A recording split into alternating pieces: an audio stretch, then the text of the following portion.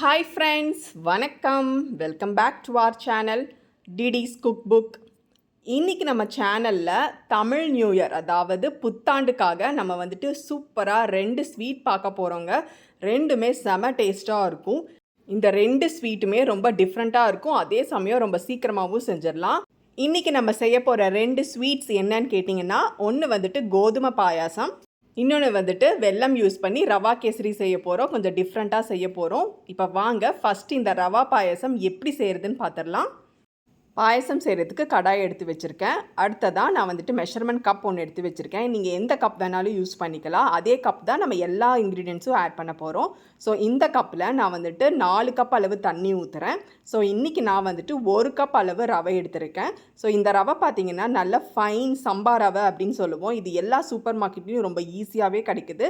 இதுக்கு பதிலாக நீங்கள் புரோக்கன் வீட் கூட யூஸ் பண்ணலாம். அது செய்கிறப்போ கொஞ்சம் வேகிற டைம் ஜாஸ்தியாகும், அவ்வளோதான். இங்கே இப்போ தண்ணி நல்லா சூடாயிடுச்சு. இதில் ஒரு சிட்டிகளவு உப்பும் 1 டீஸ்பூன் அளவு நெய் ஊற்றிக்கலாம். இந்த மாதிரி நம்ம செய்யும்போது நம்மளுக்கு ரவை பிசுபிசுப்பு தன்மை இருக்காது. நெய் ஊற்றுறதுக்கு பதிலாக எண்ணெய் கூட ஊற்றிக்கலாம். இப்போ பாருங்கள், நம்ம எடுத்து வச்ச ரவையை நல்லா கலந்து விட்டு இந்த மாதிரி மூடி வச்சுட்டோன்னா ரொம்ப சீக்கிரத்துலேயே இது சாஃப்டாக வெந்துடும். அதாவது ஒரு 2 நிமிஷத்துலேயே இது வெந்துடும். இப்போ இந்த ரவை நல்லா வெந்த பிறகு நம்ம 2 கப் அளவு பால் ஆட் பண்ணிக்கலாம். இது நான் வந்துட்டு காய்ச்சி ஆற வச்ச பால் தான். நல்லா ஒரு தடவை கலந்து விட்டதுக்கப்புறம் கொஞ்சம் நேரம் சிம்மிலேயே வச்சு கொதிக்க விடுங்க, இல்லாட்டி அடிப்பிடிக்க சான்சஸ் இருக்குது. இப்போ பாருங்கள், இது கொதிச்சிருச்சு. இப்போ நம்ம ஸ்வீட் சேர்க்க போகிறோம்.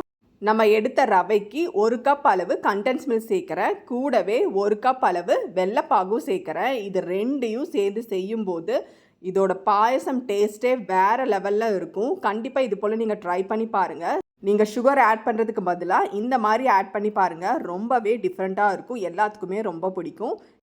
இப்போ இங்கே நான் டேஸ்ட் பண்ணிட்டேன், ஸ்வீட் கரெக்டாக இருக்குது. இப்போ அடுத்ததாக நம்ம இதை இறக்கி வச்சுட்டு இதுக்கு தாளிக்க போகிறோம். ஸோ இதுக்காக நான் ஒரு சின்ன கடாய் வச்சுருக்கேன். இப்போ இதில் 2 டேபிள் ஸ்பூன் அளவு நெய் ஆட் பண்ணிக்கலாம்.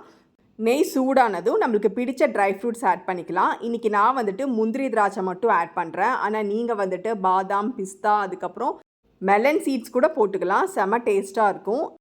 இப்போ இங்கே முந்திரி நல்லா நான் வறுத்த பிறகு திராட்சையை போட்டிருக்கேன். திராட்சை வந்துட்டு பாருங்கள் சூப்பராக உப்பிருச்சு. இப்போ இதை வந்துட்டு சுட சுட நம்ம பாயசத்தில் ஆட் பண்ணி கலந்து விட்டோம்னா அவ்வளோதாங்க, ரொம்ப டேஸ்ட்டாக இருக்கும். இப்போ இதில் வந்துட்டு ஏலக்காய் பொடியை ஆட் பண்ணிக்கலாம். நான் வந்துட்டு மிஸ் பண்ணிட்டேன், நீங்கள் மிஸ் பண்ணாமல் ஆட் பண்ணிக்கோங்க. ஃப்ரெண்ட்ஸ், இப்போ பாருங்கள், நம்மளோட பாயாசம் ஆறின பிறகும் இதே கன்சிஸ்டன்சியில் இருக்குது. ஸோ நம்ம கரெக்டாக எல்லாமே ஆட் பண்ணியிருக்கோம். இப்போ இதை வந்துட்டு நம்ம சர்வ் பண்ணிடலாம். நீங்கள் வந்துட்டு மறுபடியும் இதை லைட்டாக சூடு பண்ணியும் சாப்பிட்லாம், இல்லாட்டி ஃப்ரிட்ஜில் வச்சு சில்லாகவும் சாப்பிட்லாம். உங்களுக்கு எப்படி விருப்பமோ அந்த மாதிரி சாப்பிடுங்க. அவ்வளோ டேஸ்ட்டாக இருக்கும். மறுபடியும் நீங்கள் இதை வந்துட்டு செய்யாமல் விட மாட்டீங்க. இப்போ இதுக்கு ஃபைனல் டச்சாக நான் வந்துட்டு குங்குமப்பூ சேர்க்கிறேன். அதாவது பாலில் கொஞ்சம் நேரம் ஊற வச்சுருக்கேன், அதை தான் நான் இங்கே வந்துட்டு மேலே ஊற்றியிருக்கேன். ஸோ ஃப்ரெண்ட்ஸ், இந்த ரெசிபியை அப்படியே ஃபாலோ பண்ணுங்கள். எப்படி வந்ததுன்னு எனக்கு கமெண்ட் பண்ண மறக்காதீங்க. இப்போ வாங்க அடுத்த ஸ்வீட் எப்படி பண்ணுறதுன்னு பார்க்கலாம். கடாய் வச்சுருக்கேன். இப்போ நான் ஸ்டவ் ஆன் பண்ணுறேன். இப்போ நான் 2 டேபிள் ஸ்பூன் அளவு கீ ஆட் பண்ணுறேன். நான் வந்துட்டு கொஞ்சம் ட்ரை ஃப்ரூட்ஸ் கட் பண்ணி வச்சுருக்கேன். முந்திரி, பாதாம், வால்நட், அப்புறம் கிரேப்ஸ். இந்த நெய் சூடானதும் நம்ம இதெல்லாம் போட்டு ரோஸ்ட் பண்ணிக்க போகிறோம். நெய் சூடாயிருச்சு, நான் ஆட் பண்ணிடுறேன். இப்போ பாருங்கள், திராட்சையெல்லாம் நல்லா உப்பிருச்சு. நான் ஸ்டவ் ஆஃப் பண்ணுறேன். இப்போ நம்ம இதை பிளேட்டில் மாற்றிடலாம். 1 கப் அளவு செமலினா எடுத்திருக்கேன், வெள்ளை ரவை. நெய் சூடாக தான் இருக்குது. இப்போ நம்ம ஆட் பண்ணிடலாம். நம்ம ரவையை எவ்வளோ ரோஸ்ட் பண்ண முடியுமோ, கலர் மாறாமல் அவ்வளோ ரோஸ்ட் பண்ணிக்கணும். அப்போ தான் நம்ம ஸ்வீட் வந்துட்டு ரொம்ப சூப்பராக வரும். அதுக்கு வந்துட்டு நம்ம ஃப்ளேமை மீடியம்லோ இல்லாட்டி சிம்லேயே வச்சு கூட நம்ம இதை ரெடி பண்ணிக்கலாம். இப்போ நம்ம ரவை சூப்பராக ரெடி ஆயிடுச்சு, நல்ல வாசனை வருது. இப்போ நான் ஸ்டவ் ஆஃப் பண்ணிவிட்டு இதை பிளேட்டில் மாற்றிடுறேன்.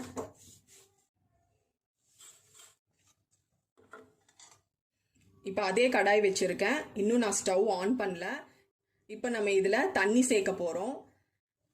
நம்ம இந்த கப்பில் தான் ரவை எடுத்திருக்கோம், அதனால இதே கப்பு யூஸ் பண்ணி நம்ம வந்துட்டு மற்ற இன்க்ரீடியன்ஸை ஆட் பண்ண போகிறோம். ஃபஸ்ட்டு வந்துட்டு 1.5 கப் தண்ணி சேர்க்குறேன். இப்போது 1 கப் பால் சேர்க்குறேன். இப்போ நம்ம ஸ்டவ் ஆன் பண்ணிக்கலாம். இப்போ நம்ம ஸ்வீட் பண்ணுறதுனால கொஞ்சமாக நான் இதில் சால்ட் சேர்க்குறேன். நல்லா கொதிக்க ஆரம்பிக்கட்டும். இப்போ பாருங்கள், இது நல்லா கொதிக்க ஆரம்பிச்சிருச்சு. இப்போ நம்ம அடுப்பை சிம் பண்ணிவிட்டு நம்ம ரெடி பண்ணி வச்சுருக்கோம் இல்லையா ரவை, இதை நம்ம ஆட் பண்ணிடலாம். கொஞ்சம் கொஞ்சமாக போட்டு நம்ம மிக்ஸ் பண்ணணும்.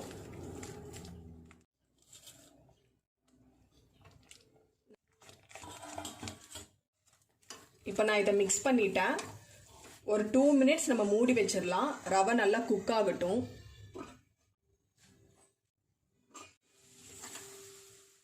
நம்ம ரவை நல்லா குக் ஆயிருக்கு.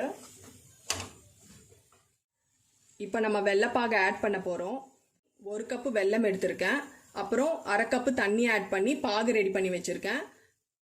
இந்த பாகை கூட நான் ஃபில்டர் பண்ணி வச்சுருக்கேன். உங்கள் வெல்லம் வந்துட்டு நல்ல இனிப்பாக இருக்கும் அப்படின்னா நீங்கள் வந்துட்டு 1 கப்பு ரவைக்கு 3/4 கப்பு வெல்லம் எடுத்துக்கோங்க, சரியாக இருக்கும். இப்போ இந்த பாகை நான் ஆட் பண்ணுறேன். இதை நம்ம மிக்ஸ் பண்ணிடலாம். இந்த ஸ்வீட்க்கு வந்துட்டு பால், தண்ணி, வெள்ளைப்பாகு இது 3மே நம்ம கரெக்டாக ஆட் பண்ணியிருக்கோம். இதுக்கு மேலே ஆட் பண்ணோம் அப்படின்னா இதோட டெக்ஸ்சர் மாறிடும். நம்ம போட்ட வெல்லம் வந்துட்டு கலராக இருந்தனால நம்ம ஸ்வீட் கூட பாருங்கள் எவ்வளோ கலராக வந்திருக்கு. இப்போ வந்துட்டு நான் இதை நல்லா மிக்ஸ் பண்ணிட்டேன், கொஞ்சம் கூட கட்டி இல்லாமல். இப்போ கடைசியாக 1 டீஸ்பூனுக்கு கொஞ்சம் கம்மியாக ஏலக்காய் பொடி சேர்க்குறேன். அப்புறம் நம்ம ரெடி பண்ணி வச்சுருக்கிற ட்ரை ஃப்ரூட்ஸ். அடுத்ததாக நம்ம சேர்க்க போகிறது ஒரு சீக்ரெட் இன்க்ரீடியண்ட் அப்படின்னு கூட சொல்லலாம். இது வந்துட்டு சேர்க்கும் போது நம்ம டிஷ் அவ்வளோ டேஸ்ட்டாக இருக்கும். ஸோ நான் இங்கேனா 1/2 கப் அளவு கட் பண்ணி வச்சுருக்கிற வாழைப்பழம் சேர்க்கிறேன். இல்லாட்டி நீங்கள் வந்துட்டு பைனாப்பிள் கூட ஆட் பண்ணிக்கலாம். இந்த மாதிரி நீங்கள் சேர்க்கும்போது இதோட டேஸ்ட்டே வேறு லெவலில் இருக்கும். ஒரு டைம் இந்த மாதிரி ட்ரை பண்ணி பாருங்கள். இந்த ரெசிபி பார்த்தீங்கன்னா பூஜைக்கு ஒரு பர்ஃபெக்டான பிரசாதம் அப்படின்னு கூட சொல்லலாம். ஸோ கண்டிப்பாக இந்த நியூ இயருக்கு இந்த மாதிரி ட்ரை பண்ணி பாருங்கள். கடைசியாக இதில் 1 டேபிள் ஸ்பூன் அளவு நெய் ஊற்றி நல்லா கலந்து விட்டு எடுத்திங்கன்னா அவ்வளோதான், இது வந்துட்டு சூப்பராக ரெடி ஆகிடும். இப்போ பாருங்கள், நம்ம இதை சர்வ் பண்ண போகிறோம். ஒரு சின்ன கப் யூஸ் பண்ணி நம்ம இதை சர்வ் பண்ணும்போது பார்க்குறக்கே ரொம்ப சூப்பராக இருக்கும். கண்டிப்பாக இது போல் ட்ரை பண்ணி பாருங்கள். இந்த மாதிரி ஒரு சின்ன கப் சாப்பிட்டாலே அவ்வளோ டேஸ்ட்டாக இருக்கும். மறுபடியும் கேட்டு வாங்கி சாப்பிடுவாங்க. ஸோ ஃப்ரெண்ட்ஸ், அவ்வளோதான். இன்றைக்கி வந்துட்டு நம்ம 2 ரெசிபி பார்த்துருக்கோம். உங்களுக்கு எது பிடிச்சிருக்குன்னு எனக்கு கண்டிப்பாக மறக்காமல் கமெண்ட் பண்ணுங்கள். இந்த 2 ரெசிபிலையும் நம்ம வந்துட்டு சர்க்கரை ஆட் பண்ணல, வெள்ளைப்பாகு தான் ஆட் பண்ணியிருக்கோம். கூடவே ஃப்ரூட்ஸ் அண்ட் நட்ஸும் நிறைய சேர்த்திருக்கோம். ஸோ ஹெல்த்தியாக இருக்கும். கண்டிப்பாக ட்ரை பண்ணி பாருங்கள். ஸோ அவ்வளோதான் ஃப்ரெண்ட்ஸ். அடுத்ததான் நீங்கள் எனக்கு செய்ய வேண்டியது நம்ம சேனலுக்கு ஒரு சப்போர்ட் கொடுங்க, சப்ஸ்கிரைப் பண்ணி வச்சுக்கோங்க. அதுக்கப்புறம் இந்த வீடியோவுக்கும் லைக் கொடுத்துட்டு உங்கள் ஃப்ரெண்ட்ஸ் அண்ட் ஃபேமிலிக்கு ஷேர் பண்ணி விடுங்க. தேங்க்யூ.